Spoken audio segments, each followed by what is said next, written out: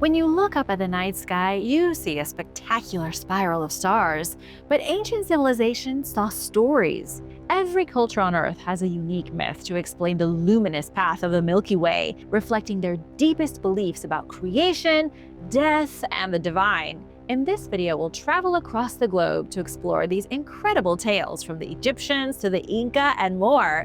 Get ready to see the night sky just like the ancients did. Egypt's naked lady in the sky.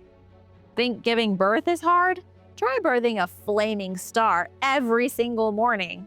Somewhere between building pyramids, mummifying cats, and inventing calendars before most of the planet knew what time was, the ancient Egyptians were also busy following the stars and creating sky gods. The gods dreamed up by the Egyptians are some of the most colorful, flamboyant, violent, and exciting deities on the planet.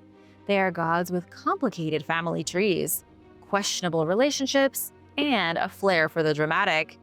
And one goddess was more dramatic than the rest, hiding in plain sight where she stretched across the heavens like some divine gymnast doing a backbend over Earth itself. Although you can just call her Sky Mother. The Egyptians did for thousands of years. The Yoga Goddess. According to Egyptian mythology, Nut was the star-covered goddess of the sky, arched over her brother Geb, the god of the earth. And yes, in classic Egyptian fashion, they were siblings and lovers, because why not throw a little incest into your theology? Nut's job was to protect the world from the chaos of the void being the vastness of the universe. She was also tasked with swallowing the sun at sunset, and then heroically giving birth to it every single morning. But here's the twist. A new study suggests the Egyptians weren't just being poetic when they painted Nut all over tomb walls and temple ceilings. They might have been looking straight at the Milky Way when they pictured her, meaning that Nut may not have just been tied to the Milky Way. The Egyptians may have thought of Nut as a godly manifestation of the galaxy. Now, this discussion on ancient Egypt is starting to feel a little more Star Wars-ish. The accidental discovery.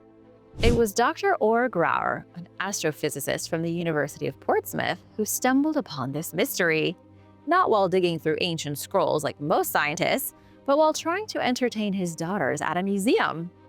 As he tells it, he was working on a book about galaxies when his kids became totally obsessed with this one image of a cosmic lady doing the bridge pose over the Earth. They wouldn't stop asking about her. And what is he supposed to say? Hey kids, that's Nut. She swallows the sun like it's a flaming meatball and gives birth to it every morning. Sure, he could have said that, but I think that would have made the kids only more curious. So, Grauer did what any good academic dad would do. He turned a casual parenting moment into a full-blown, cross-cultural astrophysics meets Egyptology research project. Now that is a clear answer. And the results were stellar. A Milky Way map made of stars and myth. Grauer dove into some of the oldest surviving Egyptian texts with his kids as part of their joint research project. He looked at the pyramid texts, coffin texts, and the Book of Nut. Once Grauer had studied these ancient texts front to back, he fired up some high-powered simulations of the night sky over ancient Egypt. What he found was surprisingly specific. During winter, the Milky Way would have lined up with Nut's outstretched arms as they were depicted in Egyptian artwork, like she was holding up the heavens with cosmic grace. In summer, the Milky Way traced the curve of her spine, forming what you might call a celestial yoga pose, brought to you by stardust. According to Grauer, this wasn't just some pretty coincidence. The Milky Way might have quite literally outlined Nut's body in the sky, reinforcing her role as the cosmic protector and eternal birther of the sun. Which means that every time ancient Egyptians looked up at the galaxy, they were seeing stars, yes. A lot more stars than we can see today, thanks to a globe blanketed in light pollution. But the Egyptians were also seeing a goddess doing a full-body celestial plank over their heads. Think about how cool that must have been. I mean, what do you see when you look at the night sky? You know, some stars, some clouds, some bright stuff. But the Egyptians looked up and saw an actual goddess stretched across the entire sky. What a time to be alive! Death, birds, and cross-cultural star magic. Nut was about more than just looking fabulous in space. She also had a day job. or maybe it was a night job. Either way, her second job was ushering souls into the afterlife. Grauer found through his research that the Egyptians may have viewed the Milky Way as a highway for the dead. They viewed it as a glowing celestial path where Newt guided the departed toward judgment, reincarnation, or possibly some posthumous paperwork with Osiris. You can't just show up to the afterlife. You gotta hand over your SIN number, your references, and sign on all the dotted lines. This idea of the Milky Way being a path to the realm of the dead wasn't unique to Egypt either. Cultures from North and Central America also saw the Milky Way as a spirit road, while Finnish and Baltic traditions called it the bird's path, tied to the annual migration of birds.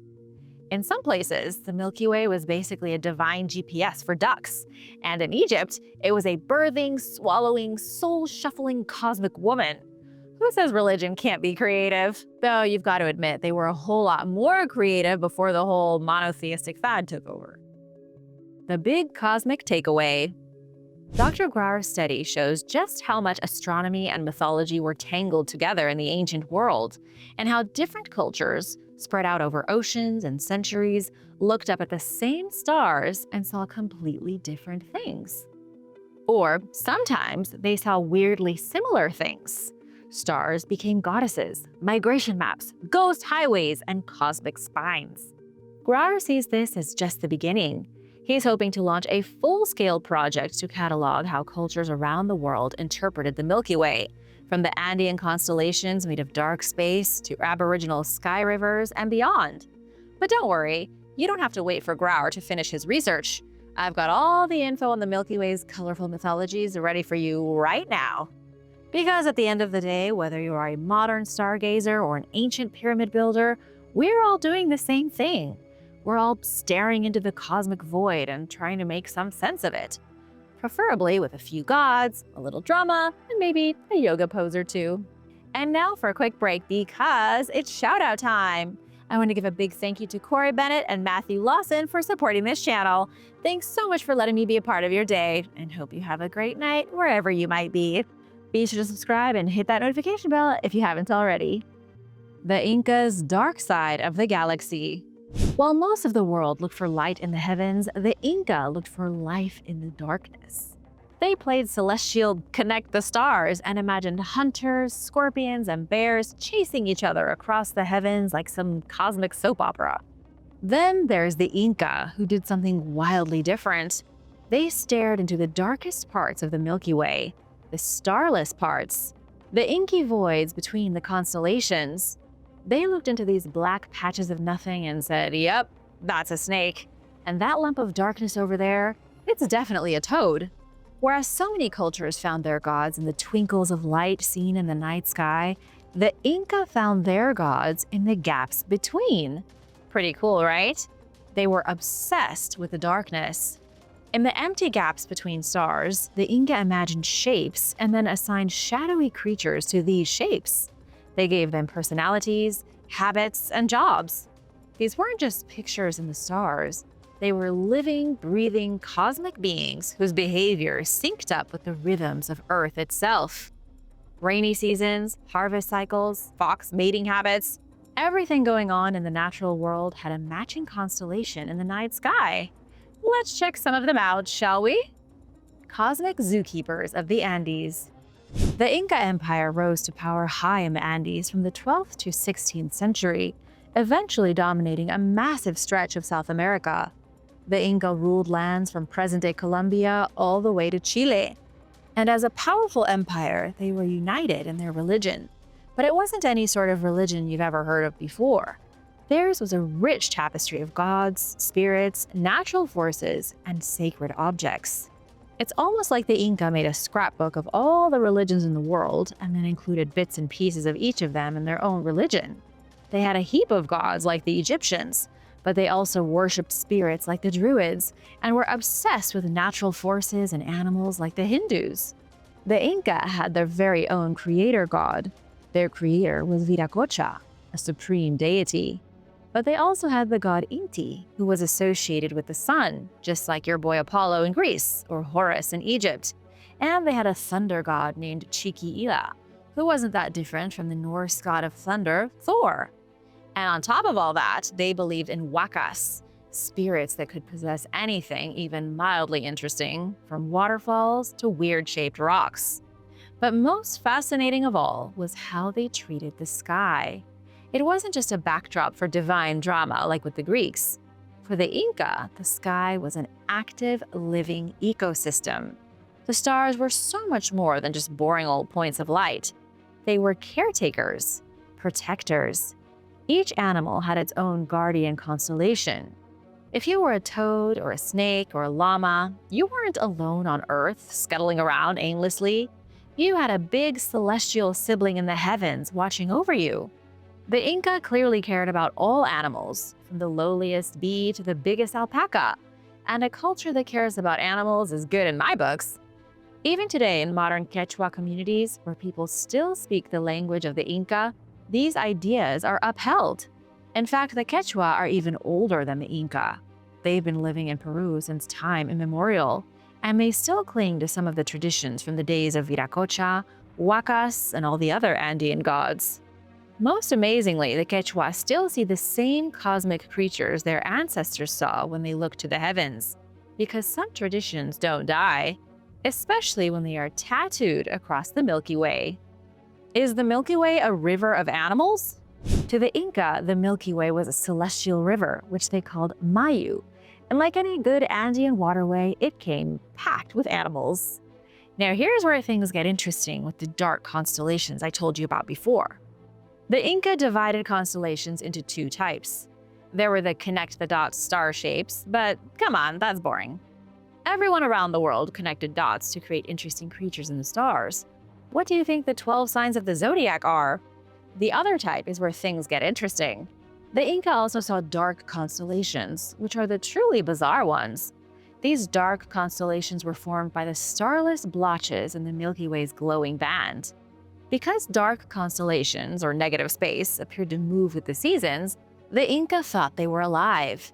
And weirdly enough, they often mirrored the behavior of real animals, meaning their presence in the sky lined up with what the animals were doing down on Earth. Maybe it was one giant coincidence, or maybe the Inca tuned into a cosmic wildlife channel the rest of us forgot how to watch. Let's meet the cast. Machakwai, the sky serpent. Long, dark, and wiggly, this dark constellation slithers between Canis Major and the Southern Cross. Even though snakes were pretty rare at high Andean altitudes, the Inca still saw them as important mythical creatures. To the Inca, rainbows were actually big fancy snakes called amarus, and thunderstorms were also snake-related, though experts aren't sure how. And honestly, I'm not sure either. What do snakes have to do with thunderstorms? The great serpent of the sky was also the boss of all the snakes on Earth, and their protector. It guarded them and helped them get busy and make more snakes. It was like a serpent matchmaker. The creepy part of this is that the constellation's appearance from August to February matches the active snake mating season during the Andean rainy months. The sky snake knew when its earthbound cousins were up and slithering. Is that even possible? Did the Inca make up the god based on their knowledge of snakes? Some think it's just a coincidence, but I doubt it. The Inca knew what they were talking about, don't you think? Hanp Atu, the sky toad. Next up is the toad god of the night sky. You'd think the snake ruled the roost, but the toad may have been an even more powerful deity. This bumpy blob of darkness showed up right behind Machakwai's tail. His name is Hanp Atu, and just like his earthly counterparts, he was all about rain. The Inca believed that the louder frogs and toads croaked at night, the more likely it was to rain soon. And by another stroke of pure coincidence, maybe, the frog and toad croaking always seemed to peak when their godly big brother, Hanp Atu, was most visible in the sky. The Inca watched and waited for Hanp Atu's annual return in the heavens. His re-emergence marked the start of the planting season. If the toad was out, it was time to get those seeds in the ground. The Inca didn't check the farmer's almanac. They watched for frog-shaped space in the Milky Way. Yutu, the sky chicken. Next up is Yutu, the tinamu. Imagine a slightly drunk partridge that can't fly straight. That's a tinamu, which from here on out I will refer to as a sky chicken. Located right below the Southern Cross, U2 is a shadowy kite-shaped patch that matches the Coalsack Nebula. And because real tinamous eat small frogs and toads, U2's celestial version is naturally positioned to chase Hanp Atu through the heavens.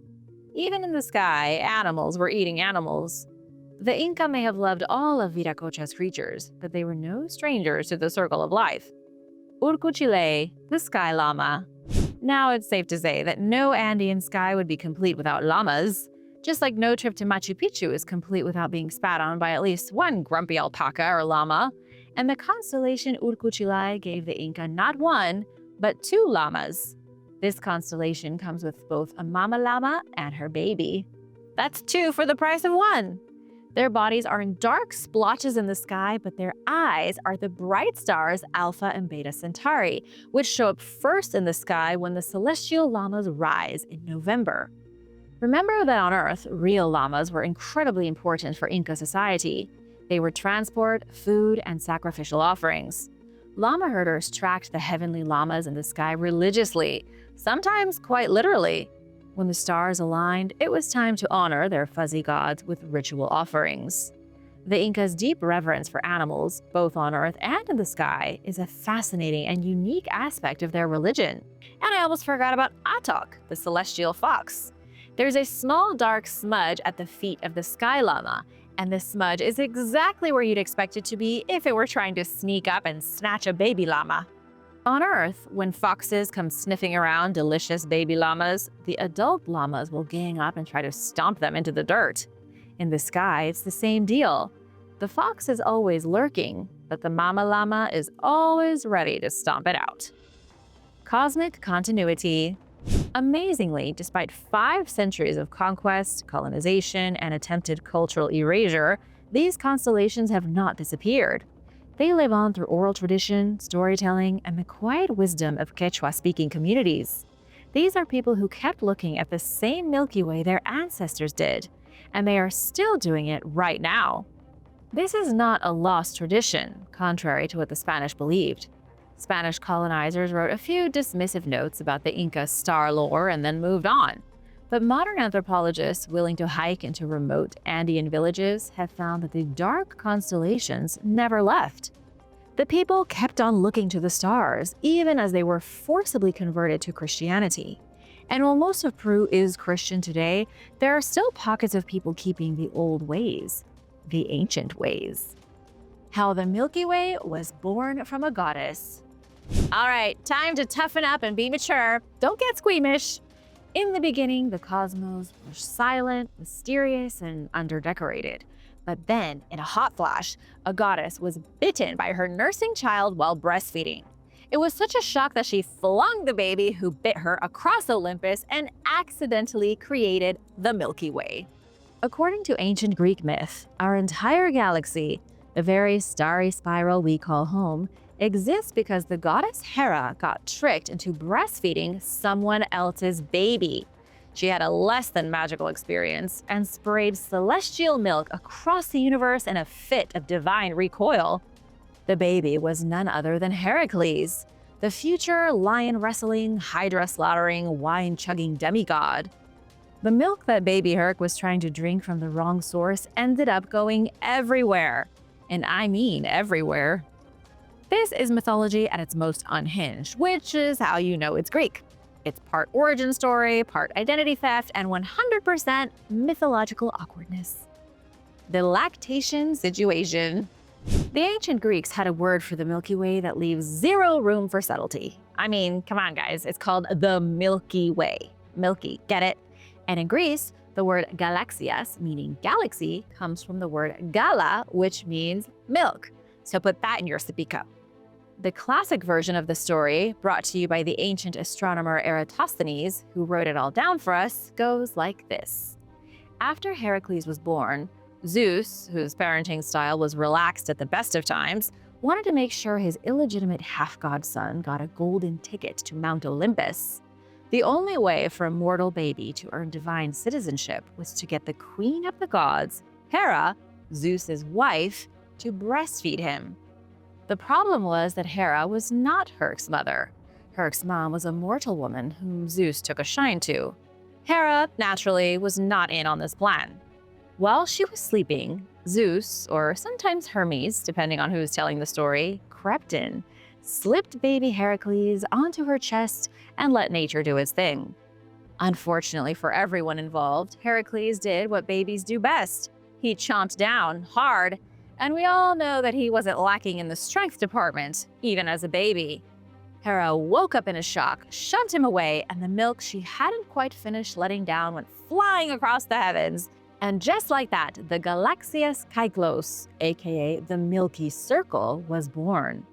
It was a traumatic nursing session for Hera, but it gave everyone on Earth a lot of pretty constellations to look at, so I guess we should all be thanking Herc for that one. The baby swap. If you don't like that version of the story, don't worry. Greek myths being what they are, there are other versions. There are always other versions. In one telling, after Heracles was born to the mortal woman Alcmene, she abandoned him in a field out of fear that Hera would find him and turn him into a small, tragic pile of ashes. Then in came Athena, the warrior goddess and half-sister of Heracles, to the rescue. She found the infant and brought him to Hera, claiming he was just some random cute baby in need of nourishment. Hera, charmed and unaware that this was yet another one of Zeus's surprise children, agreed to nurse the baby. The moment Hercules latched on, he chomped. Once again, Heracles bit too hard, and once again, Hera flung him off like a galactic water balloon, spraying milk across the sky.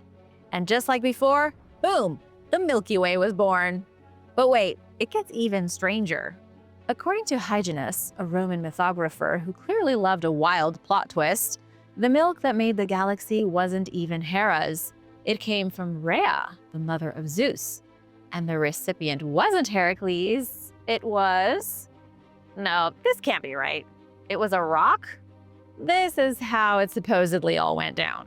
First, Rhea tricked her husband Cronus into swallowing a stone wrapped in baby clothes.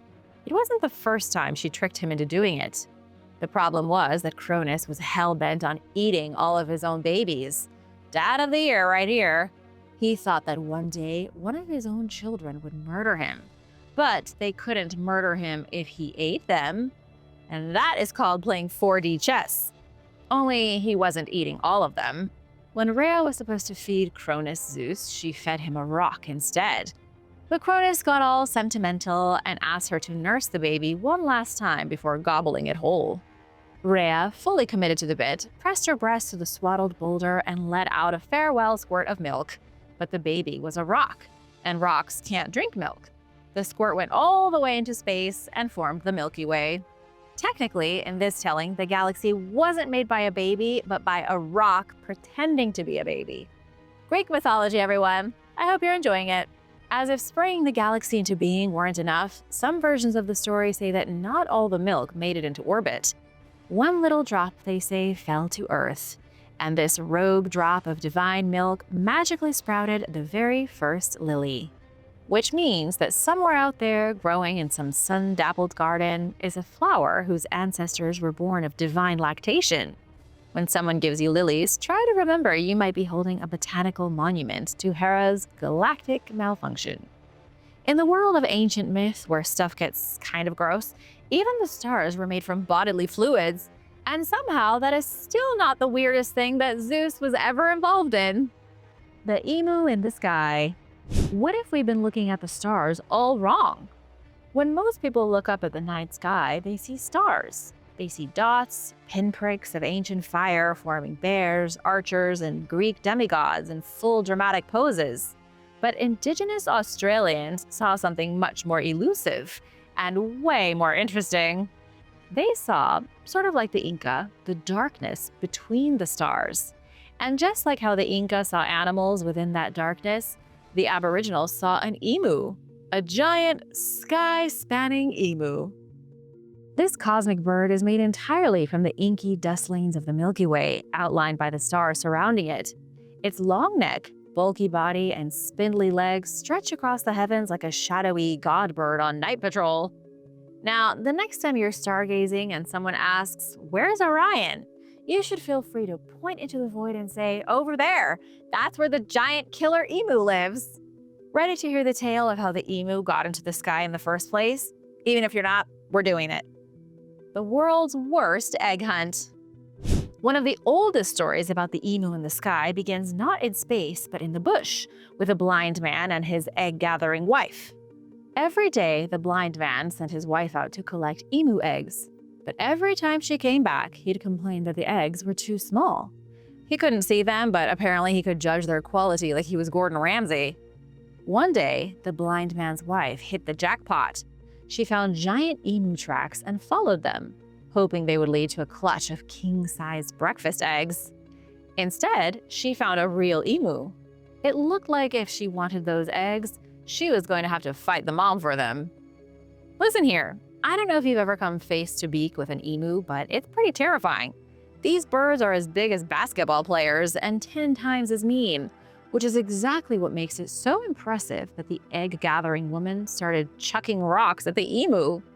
The emu, unimpressed by this hostile welcome, did what most giant flightless birds do when under attack. It ran at her and killed her. Blunt, to the point, end of story. The woman was run down by a killer bird. Back at camp, the blind man got hungry and nervous. He groped around for food and stumbled on some berries. When he ate the berries, his sight was magically restored. Newly cured and worried about his wife, he made weapons and followed her tracks. Eventually, the blind man found his wife's body. He was absolutely devastated. But when he heard the killer emu still lurking nearby, his sadness turned to anger. He ran at the emu and flung a spear at the bird, killing it. With the emu now dead, he did the only reasonable thing left to do. He ate it for dinner. Kidding, that's not how the story goes. The real ending is that he banished the emu's murderous spirit to the stars, where it still roams the Milky Way to this very day. The moral of the story is to never insult an emu's eggs, and definitely don't throw rocks at a bird that's bigger than you. You know what? Let's just not throw rocks at birds or any living things. Let's just stop throwing rocks, okay? How about that? A celestial calendar made of birds. For Indigenous Australians, the story of the cosmic emu functioned as more than just a myth. It was also a seasonal clock, a cosmic calendar, and a cultural guide. Depending on the time of year, the emu changes posture in the sky. In autumn, the emu appears sitting, signaling that the time is right to gather eggs. By spring, the emu looks to be running, a clue that egg season is over and it's time to shift to hunting. These are real, actual astronomical observations. There is a giant emu in the Milky Way that weirdly corresponds to earthly emu activities. And that's what makes the story so remarkable. Now, how would you like to spot the giant emu for yourself? I have a hunch you'd like to do that, and here's how. You'll need 3 things: a clear night with little to no light pollution, a view of the Milky Way, and the ability to stare into the void and find birds. These are not 3 things that are easy to come by, but assuming you've got them all, you can start by locating the Southern Cross, one of the most recognizable star formations in the Southern Hemisphere. Now, instead of tracing the stars, look at the dark space between them, and that is where the emu lives. The emu's head sits near the Southern Cross, followed by its neck, body, and legs, all shaped from the Milky Way's great dust lanes. It's subtle though, so you have to look with the same kind of eyes that can find faces in clouds, or the same kind of eyes that can find Waldo. If you can't find Waldo, you won't see the emu, but I promise you, it's there. And once you see it, you'll never unsee it. Apparently, the best place to experience the emu in the sky is at Ayers Rock Resort, just over 25 miles from the nearest town and light years away from city glare. This is stargazing heaven. You've got clean air, pitch-dark skies, and a cultural legacy woven straight into the night. Now you just have to get there. Fly across the world, find your way into the outback, and locate the most sacred giant rock on the continent. Easy peasy, right? No sweat. The next time you look up at the night sky, don't just count stars. Look at the dark spaces between the stars and see what sorts of creatures, scenes, and mysteries your eyes reveal. And then come back and let us know what you saw in the comments. Thanks for watching. Be sure to subscribe and hit that notification bell so you don't miss out, and I'll see you soon. Bye!